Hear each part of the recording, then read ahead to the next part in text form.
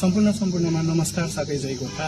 आज हामी आइजिजिएफ को तर्फबाट म राप्गे राई अनि मसँग हुनुहुन्छ श्री गोपाल परियारज्यू, उहाँ दार्जिलिङ नगरपालिकाका नगर पार्षद हुनुहुन्छ र आज हामी यहाँनिर लालकोठी आएका छौं कारण हामीले खासमा एउटा यो ज्ञापन पत्र बुझाउनु थियो जिटिए प्रमुखज्यूलाई। उहाँसँग त हाम्रो भेट हुन सकेन, तर हामीले उहाँको अफिसमा यो ज्ञापन पत्र बुझाएर रिसिभ कपी हामीले पाइसकेका छौं।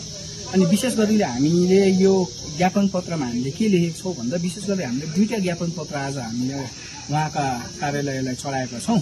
आशा छ उहाँले त्यो हेरेर चाँडै यसको प्रति उत्तर दिनुहुन्छ भनेर है।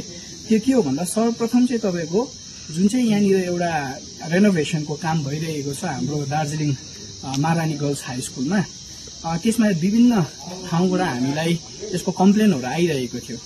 अनि हामी पनि स्वयं जब यो यहाँनिर धेरै जग्गानिर जुन चाहिँ पहिरोहरू गएको समयमा हामी पनि त्यहाँनिर एउटा सोसियल मिडियामा हामीले पोस्ट देखेर त्यहाँ पाल हामीले डोनेट गर्न गएको समयमा हामीले वरिपरि हेर्यौं कि जति पनि त्यहाँनिर लगभग तपाईको 1 करोड 9 लाख रुपियाँको लागतमा जुन चाहिँ यो रेनोभेसनको काम चलिरहेको थियो, त्यो काम एकदमै तपाईको गुणस्तरीय नभएको, तपाईको अनस्याटिस्फ्याक्ट्री काम भएकोले गर्दाखेरि हामीले त्यहाँ हेर्यौं घुम्यौं, त्यो एकदमै तपाईको गुणस्तरीय कामै भएको छैन। जति लागत त्यसमा लागेको छ त्यसको तपाईको 10% को पनि मानौ त्यहाँनिर काम नभएको हामीले पनि स्वयं आफ्नो आँखाले देख्दाखेरि छप्पर चुइरहेको, पानीहरू त्यहाँनिर बसिरहेको है, त्यहाँनिर तपाईको क्लासरुमहरू त स्विमिङ पुलहरू जस्तै भइरहेको, अनि जे त्यहाँनिर कामको त्यो बोर्डमा भनेको थियो त्यो कामहरू नभएको देखेरखेरि चाहिँ हामीलाई पनि लाग्यो कि यो चाहिँ अलिकति यो सिरियस कुरा हो, यो गम्भीर कुरा हो भनेर हामीलाई लागेको थियो।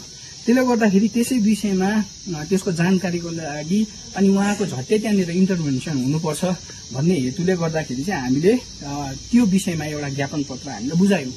अर्को ज्ञापन पत्र हामीले के बुझायौं भन्दाखेरि जुन चाहिँ दार्जिलिङ शहरमा रहेको एकमात्र चिल्ड्रेन पार्क जहाँनिर जुन चाहिँ रेड क्रसको अधीनमा जुन चाहिँ एउटा चिल्ड्रेन पार्क छ, एकमात्र चिल्ड्रेन पार्क, त्यसको पनि हामीले तपाईको 2022 अथवा 2023 मा होला सायद त्यसको काम शिलान्यास भएर काम सुरु भए तापनि त्यो सम्पूर्ण रूपले काम नसकेको जस्तै हामीले देखिरहेका छौं। अनि यो डेट अफ कमेन्समेन्ट कहिले हो अनि डेट अफ कम्प्लिसन कहिले हो, वरिपरि बोर्ड हेर्यौं हामीले, बोर्ड पनि कहीँ पनि देखेनौं। अनि जति पनि हाम्रोमा इन्फर्मेसनहरू छ त्यो सबै तपाईको यो न्यूज मिडिया, न्यूज प्रेस माध्यममा हामीले पाएका छौं। जस्तै त्यसमा अब 26 लाख रुपियाँ लागतमा बनिएको रहेछ, तर त्यसको कहीँ पनि हामीले देख्नु पाएनौं, बोर्डहरू देख्नु पाएनौं। अनि त्यो फेरि जुन लागतमा त्यो काम बनेको त्यो लागतको कामै नभएको हामीले देखिरहेका छौं। उल्टा त्यो अपग्रेडको बदली त डाउनग्रेड भएको स्थिति हामीले देखिरहेका छौं। अनि अहिले पनि त्यो चिल्ड्रेन पार्क पूर्ण रूपमा सञ्चालन भएको छैन अनि पब्लिकलाई त्यो ह्यान्डओभर पनि सायद सठिक रूपले त्यो भएको छैन भनेर हामीले त्यो थाहा पायौं। त्यसले गर्दाखेरि हामीले यो दुईटा मुद्दाहरूलाई लिएर आज हामीले ज्ञापन पत्र बुझाएका छौं। अब आशा सोच्छौं हुन त हामीले यस्तो ज्ञापन पत्रहरू धेरै पल्ट विभिन्न विषयहरूमा बुझायो, तर यो कार्यालय जुन चाहिँ हाम्रो जिटिए चिफको कार्यालय भन्छ, कार्यालयकोबाट कहीँ पनि हामीले कहिले पनि हामीले उत्तरै पाएनौं। अब कतिपल्ट हामीले रिमाइन्डर लेटरहरू पनि दिन्छौं, तर त्यसको पनि हामीले उत्तर चाहिँ हामीले पाउँदैनौं। तर यसमा चाहिँ मलाई लाग्छ यो अलिकति सीमा पार भएको जस्तो लाग्छ मलाई। यहाँनिर धाँधली घोटाला अनि तपाईको गुणस्तरीय काम नभएको यो सीमा पार भएको जस्तो लाग्छ मलाई। लाग्छ यसको चाहिँ उत्तर हामीले चाँडै पाउँछौं। अनि जति पनि यो समस्या छ यो दुईटा जग्गाहरूमा, यो समस्याको समाधानको लागि जिटिए चिफ स्वयमै अघि आएको हुन्छ भन्ने अपेक्षा राख्दै उहाँलाई यही सन्देश दिन चाहन्छु। धन्यवाद।